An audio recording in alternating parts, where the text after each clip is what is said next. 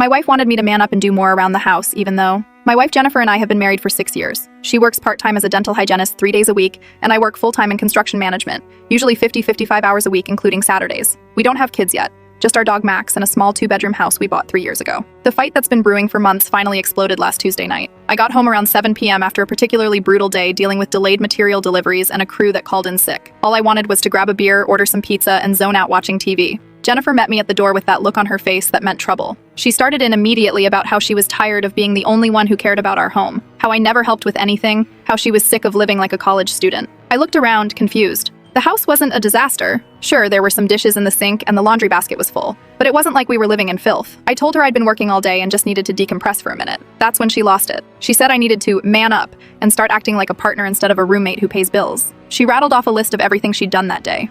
Laundry, grocery shopping, cleaning the bathroom, walking Max, making dinner that was now cold because I was late again. I pointed out that I work twice as many hours as she does, that my job is physically demanding, that I'm the one paying most of our bills including the mortgage. She makes about $18K a year working part-time while I bring in 75 CLUG. Basic math says my financial contribution is significantly higher. Jennifer's response was that housework isn't a competition, and that just because I make more money doesn't mean I get to opt out of maintaining our home. She said she was tired of feeling like my mother, picking up after me, doing everything domestic while I acted like it was her job because she works fewer hours. The argument escalated from there. She brought up how I leave my work boots by the front door, how I never remember to take the trash out without being reminded, how I'll sit on the couch for hours after work while she's still bustling around doing household tasks. She said she felt like she was carrying the mental load of running our household alone. I told her she was being dramatic, that plenty of couples divide responsibilities based on work schedules and income levels, that I do help when she asks, but I shouldn't have to read her mind about what needs to be done, that after working construction all day, I want to relax when I get home, and there's nothing wrong with that. She said that was exactly the problem, that she had to ask, that she shouldn't have to manage me like an employee,